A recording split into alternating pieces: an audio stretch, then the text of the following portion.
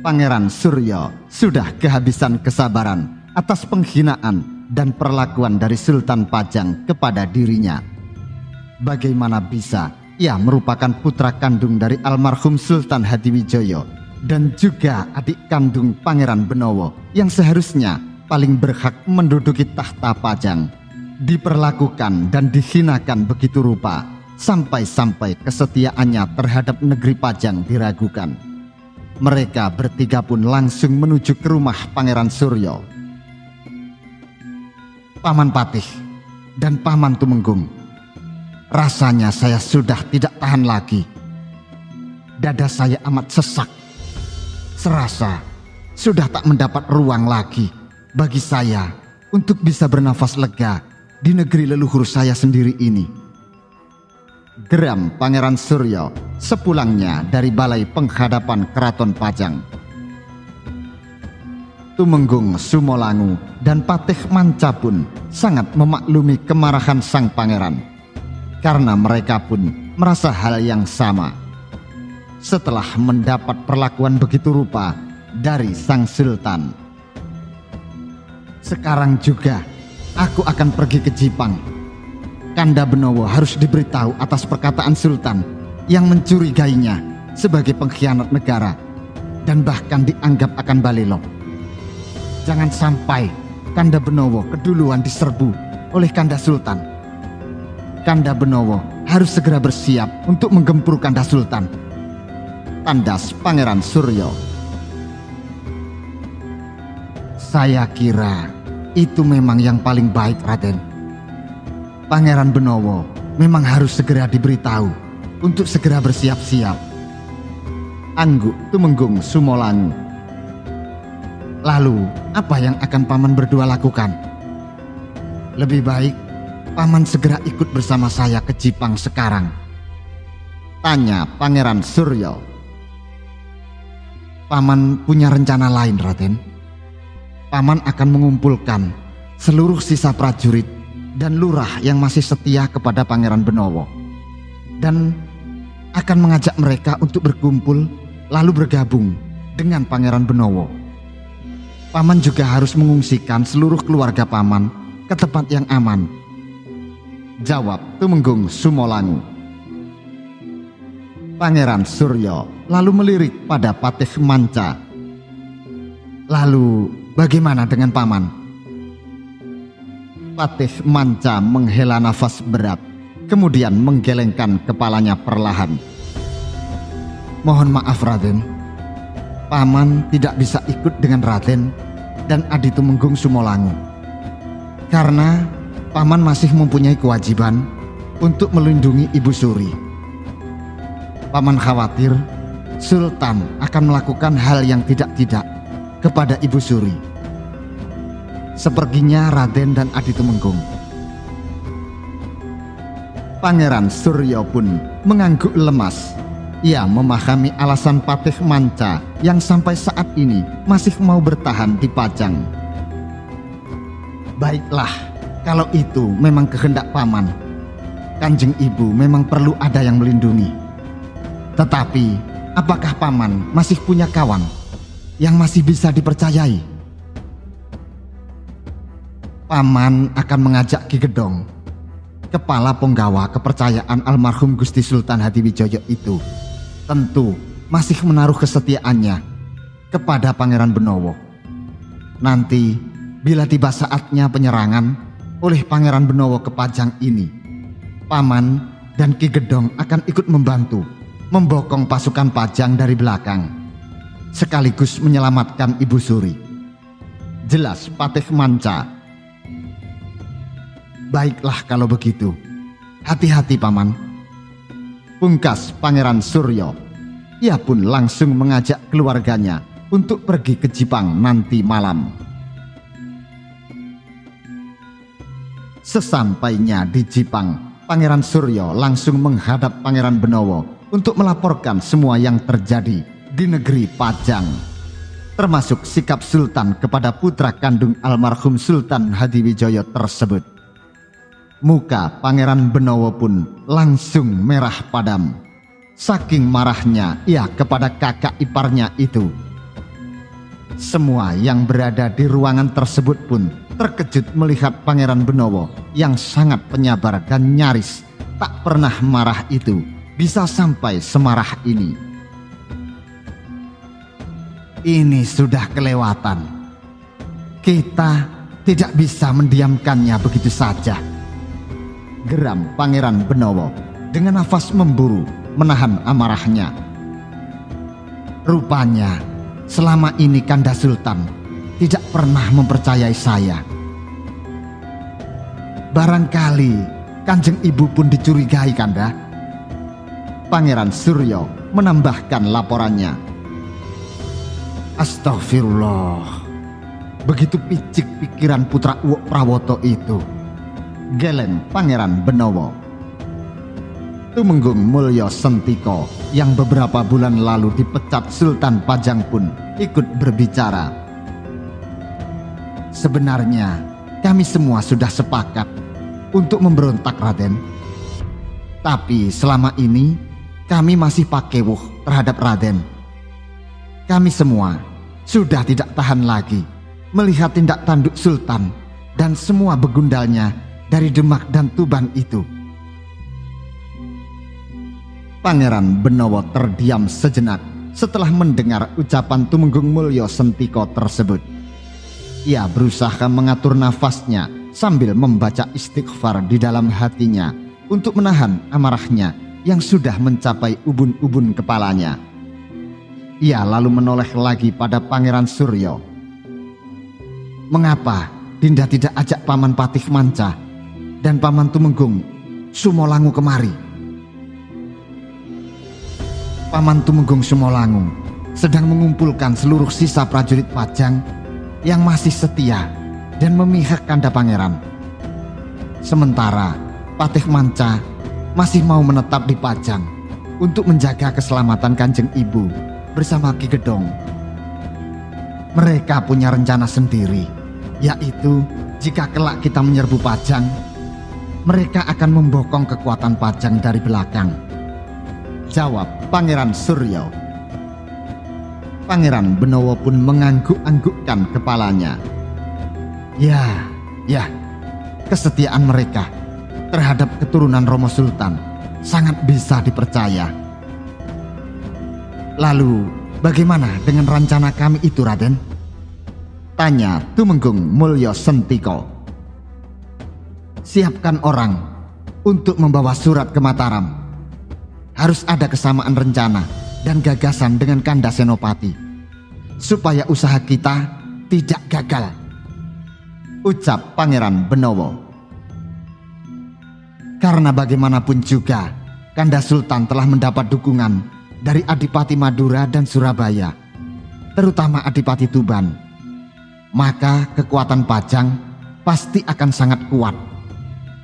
Karena selain diisi oleh para prajurit Demak dan para budak belian yang mereka persenjatai, mereka juga akan didukung oleh prajurit Tuban, Surabaya, dan Madura, tambah Pangeran Benowo. Malam hari lewat tengah malam itu di kota Raja Pajang, seorang pria berpakaian seperti rakyat biasa tampak mengendap-endap menuju ke rumah Tumenggung Sumolangu. Ketika sampai di depan rumah sang Tumenggung, dua prajurit jaga yang menjaga gerbang rumahnya langsung membuka pintu gerbang dan mempersilahkan pria itu masuk. Lalu mereka pun ikut masuk dan menutup pintu gerbang dari dalam. Di dalam, pria itu langsung menghadap Tumenggung Sumolangu yang sudah menunggu di langkan rumahnya. Bagaimana? Tanya sang Tumenggung. Sekitar 300 orang prajurit yang memihak pada Gusti Pangeran Benowo sudah berkumpul di tepi Kali Lawean, jawab pria itu yang ternyata adalah mata-mata sekaligus prajurit penghubung yang diperintahkan oleh Tumenggung Sumolangu untuk mengumpulkan para prajurit yang memihak Pangeran Benowo dari memantau situasi di dalam kota. Lalu bagaimana dengan keadaan di kota? Tanya Tumenggung Sumolangu lagi. Sudah sepi, Gusti. Para peronda terakhir sudah kembali ke bilik jaga mereka. Jawab sang mata-mata. Tumenggung Sumolangu pun mengangguk. Baiklah, beritahu yang lain, kita berangkat sekarang. Ingat, jangan berpencar, karena aku tidak mau ada yang tertangkap basah.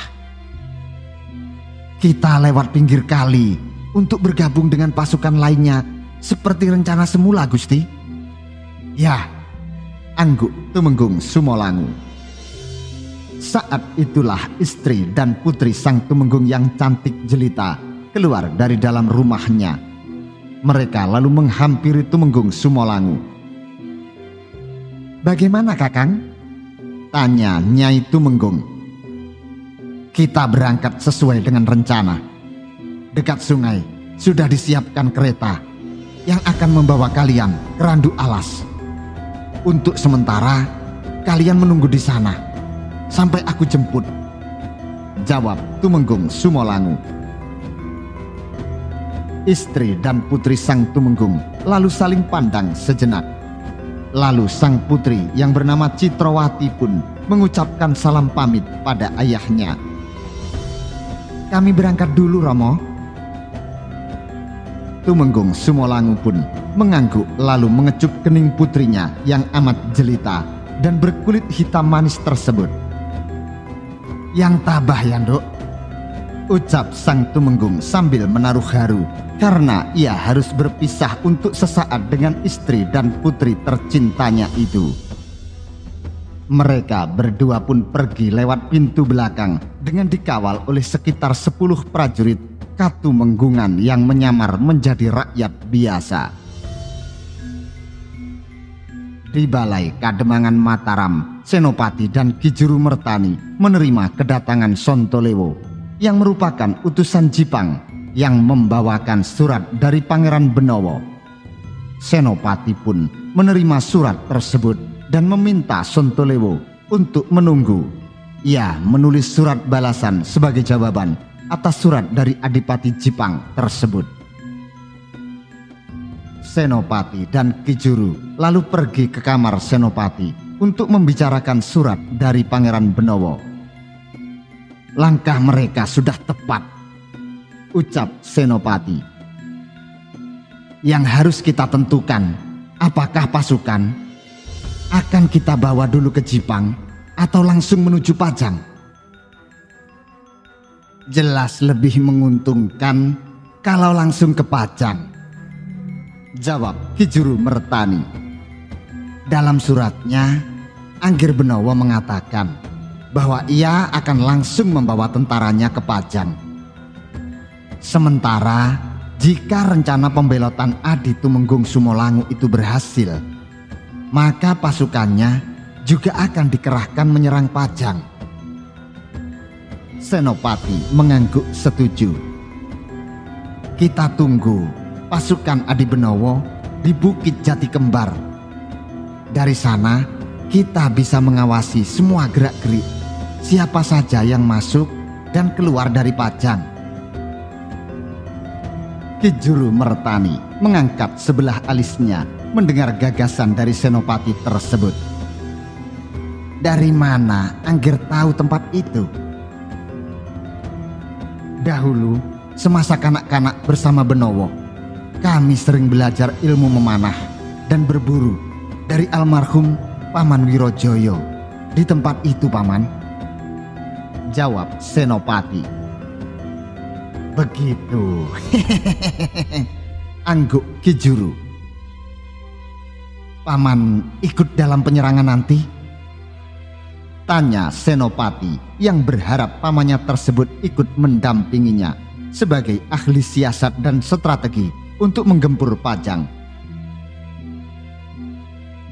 Paman selalu ingin melihat akhir dari kekuasaan raja yang serakah dan tidak memperhatikan nasib rakyatnya sendiri, jawab Ki Juru dengan bersemangat. Apakah kekuatan kita yang dibantu Kedu dan Bagelen serta kekuatan Jipang cukup untuk mengalahkan Pajang, Paman? Tanya Senopati yang mulai beralih ke persoalan taktis penyerbuan. Ki Juru mengangguk sembari tersenyum. Itu lebih dari cukup. Tapi menurut perhitungan, jumlah gabungan kekuatan kita dan Adi Benowo masih kalah jumlah dengan mereka, Paman. Karena meskipun hampir seluruh kekuatan Pajang mengungsi ke Jipang dan kemari, tapi mereka menghimpun kekuatan dari Demak serta dibantu oleh Tuban, Surabaya, dan Madura. Selain mereka juga telah melatih olah prajurit dan mempersenjatai para budak belian. Senopati menyuarakan perhitungannya akan kekuatan lawan. Ki Juru tersenyum. Ia paham betul maksud Senopati dan perhitungan keponakannya itu memang benar. Mataram dan Jipang memang kalah jumlah pasukan dan persenjataan. Tapi itu hanya perhitungan di atas kertas. Sebab ahli siasat yang amat ternama kecerdikannya dari keluarga Selo ini mempunyai perhitungan lain. Paman yakin Pajang yang sekarang itu tidak memiliki tentara yang terlatih. Sebab kebiasaan para bangsawan dari pesisir utara itu lebih suka menggunakan budak belian. Sementara soal tentara yang diperbantukan Tuban, Surabaya, dan Madura, meskipun jumlah mereka itu besar, tapi Paman yakin mereka tidak akan berperang dengan sepenuh hati. Senopati mengerutkan dahinya mendengar pernyataan dari pamannya tersebut. Maksud Paman? Bala tentara dari Tuban, Surabaya, dan Madura itu hanya akan berperang dengan setengah hati. Sebab negeri yang mereka bela bukan negeri mereka. Berbeda dengan dulu saat Pajang masih dipimpin oleh Kanjeng Sultan Hadiwijoyo. Sekarang para adipati Bangwetan itu merasa kedudukan mereka sejajar dengan Sultan yang baru. Karena mereka sama-sama menantu dari Kanjeng Sultan Hadiwijoyo. Sehingga mereka akan merasa berperang bukan demi negeri mereka sendiri. Lain halnya kalau mereka berperang di telatah Bangwetan yang merupakan rumah mereka sendiri. Mereka akan berperang habis-habisan di sana. Apalagi sudah menjadi rahasia umum bahwa sebenarnya Adipati Surabaya sangat ingin melepaskan diri dari Pajang dan mendirikan negeri barunya untuk mengembalikan kejayaan negeri Mojopahit yang terdapat di Bangwetan. Namun niatnya itu tidak direstui oleh Kanjeng Sunan Giriprapen. Maka Paman sangat yakin bahwa para tentara Bangwetan itu hanya akan berperang dengan setengah hati. Begitu mereka mendapat sedikit pukulan, mereka akan beramai-ramai mundur, kembali ke rumah mereka masing-masing. Jelas Ki Juru mertani. Bagaimana dengan berita selama ini bahwa mereka menghimpun dan melatih para pemuda untuk menjadi prajurit? Tanya Senopati lagi. Kembali Ki Juru tertawa terkekeh. Setelah Paman pikir itu hanya gertak sambal yang Sultan lakukan supaya semua orang menganggap bahwa Sultan baru itu berniat untuk membawa kembali Pajang kepada kewibawaan dan kejayaannya yang nyaris musnah. Itu mengapa semua tingkah pola pemersiapan prajurit seolah sengaja dipertontonkan kepada siapapun. Sultan Ngawantipuro itu orang cerdas. Dia akan merahasiakan semua kegiatan keprajuritan kalau tujuannya memang untuk membina kekuatan tentara yang sungguh-sungguh. Iya toh? Senopati pun mengangguk seraya menyeringai. Kalau begitu, saya akan segera menulis surat balasan untuk Adi Benowo. Sekalian saya akan menulis surat kepada Adipati Kedu dan Pagelen untuk segera mempersiapkan dan mengirimkan seluruh kekuatannya kemari. Sementara itu di Keraton Pajang, Sultan Ngawantipuro memanggil seluruh abdinya serta sekutunya, yakni Adipati Tuban, Adipati Surabaya, dan Adipati Madura. Dia amat geram ketika mendengar sekitar 300 prajurit Pajang membelot dan kabur meninggalkan Pajang dengan dipimpin oleh Tumenggung Sumolangu. Hamba sudah mengirimkan pasukan pilihan untuk mengejar mereka, Gusti. Diduga Tumenggung Sumolangu akan membawa pasukannya ke Jipang, lapor Tumenggung Anggadirjo. Sudah kuduga mereka akan melakukan semua ini. Seharusnya kemarin aku tega berbuat tegas kepada Adi Suryo Kusumo dan Tumenggung Sumolangu. Sejak semula aku sudah curiga, sahut Sultan Ngawantipuro dengan nada penuh penyesalan. Kalau Kanjeng Ibu Suri tidak membela mereka, hal yang tidak menyenangkan ini bisa kita tanggulangi sejak dini, Kanda Sultan. Ucap Adipati Tuban yang memanas-manasi kakak iparnya. Itu yang paling sulit kita lakukan.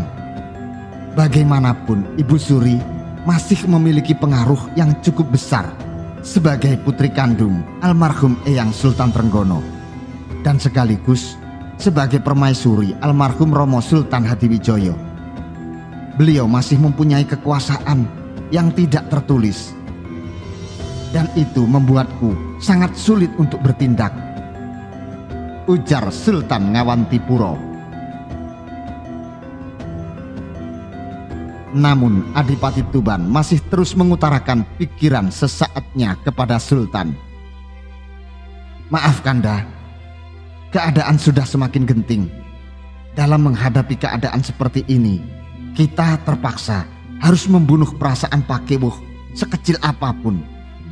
Maaf, termasuk kepada Kanjeng Ibu Suri. Sultan Ngawantipuro mengangguk-angguk. Tampaknya ia sudah terpengaruh oleh pikiran sesaat Adipati Tuban yang justru akan membuat dirinya kehilangan simpati dan dukungan dari keluarga keraton yang masih setia kepada almarhum Sultan Hadiwijoyo.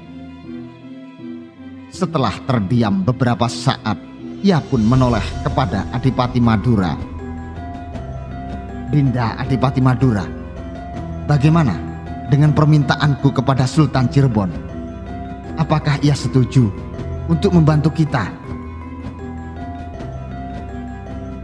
Sultan Ngawantipuro memang mengharapkan bantuan dan dukungan dari Kesultanan Cirebon. Selain bantuan militer untuk menghadapi Mataram dan Jipang, ia juga berharap dukungan moral dari Panembahan Ratu Sultan Cirebon ketiga yang merupakan keturunan langsung dari Sunan Gunung Jati. Maka ia pun meminta Adipati Madura untuk menikahkan adiknya yang bernama Putri Harisboyo dengan Sultan Cirebon. Meskipun Sultan Cirebon merasa kurang berkenan dengan jebakan politik itu, namun ia tetap menerima tawaran untuk menikahi Putri Harisboyo demi menjaga hubungan baik serta persaudaraan sesama negeri Muslim dengan Pajang dan Madura. Kelak, gara-gara urusan Putri Harisboyo inilah Cirebon terlibat perang saudara dengan Sumedang Larang. Sebab Putri Harisboyo yang merupakan mantan kekasih Prabu Geusan Ulun, Raja Sumedang Larang, melarikan diri dari keraton demi mengikuti Prabu Geisan ke Sumedang Larang. Setelah Raja Sumedang itu berkunjung ke keraton Cirebon, Sultan Ngawantipuro melakukan hal tersebut demi mendapat dukungan dari Cirebon. Setelah Sumedang Larang secara tegas menolak untuk terlibat dalam konflik di Pajang, karena rajanya Sang Prabu Geusan Ulun dikenal merupakan sahabat dekat dari Pangeran Benowo.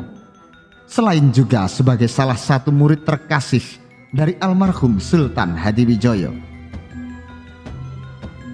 Sultan Ngawantipuro sangat berharap kepada dukungan dari Cirebon, sehingga apabila ia mendapat dukungan dari para keturunan Wali Songo seperti Sultan Cirebon yang merupakan keturunan Sunan Gunung Jati, Adipati Surabaya yang merupakan keturunan Sunan Ampel, dan para adipati dari Bangwetan, serta pesisir utara yang masih keturunan para Wali Songo, ia akan mendapatkan dukungan penuh dari seluruh rakyat Jawa. Namun nampaknya yang ia harapkan belum bisa terlaksana karena jawaban dari Adipati Madura bertolak belakang dengan harapannya. Mohon maaf Kanda Sultan, jawaban dari Sultan Cirebon sama dengan jawaban dari Prabu Sumedang Larang. Ia memilih tidak ikut campur, namun bersedia membantu apabila diperlukan sebagai juru damai antara Kanda Sultan dengan Pangeran Benowo. Mendapati jawaban itu, Sultan Ngawantipuro hanya berdecih sambil memukul lututnya sendiri dengan wajah merah padam. Ia sangat kecewa terhadap jawaban dari Sultan Cirebon tersebut. Pada waktu yang sama, di sebuah hutan nan lebat di perbatasan Pajang dengan Kadipaten Jipang, Tumenggung Sumolangu yang memimpin sekitar 300 prajurit Pajang yang membelot untuk memihak Pangeran Benowo menghentikan laju kudanya. Ia lalu berkata pada Lurah Tamtama kepercayaannya, "Malam ini kita berkemah di sini saja. Siapkan penjagaan yang ketat secara bergilir. Aku yakin tentara Pajang pasti akan menyusul kita." "Baik Gusti," angguk sang lurah. Tumenggung Sumolangu kemudian duduk untuk beristirahat sambil melihat para pasukannya mendirikan perkemahan dan membangun penjagaan. Tiba-tiba ia terkejut sampai melompat bangun dari duduknya ketika melihat beberapa prajuritnya menyalakan api unggun. Sang Tumenggung pun bergegas ke tempat para prajurit itu menyalakan api, lalu memadamkan api tersebut. "Sebaiknya untuk sementara jangan menyalakan api. Mereka akan melihat asap. Nanti istirahat kita akan terganggu." Para prajurit yang tadi menyalakan api pun langsung menghaturkan sembahnya kepada Tumenggung Sumolangu. "Maaf Gusti." Mereka pun lalu memadamkan semua api unggun di sana. Tumenggung Sumolangu lalu memanggil Lurah Tamtamanya yang tadi. "Segera siapkan utusan. Aku akan menulis surat kepada Gusti Pangeran Benowo posisi kita dan bertanya bagaimana langkah kita selanjutnya." "Hamba Gusti."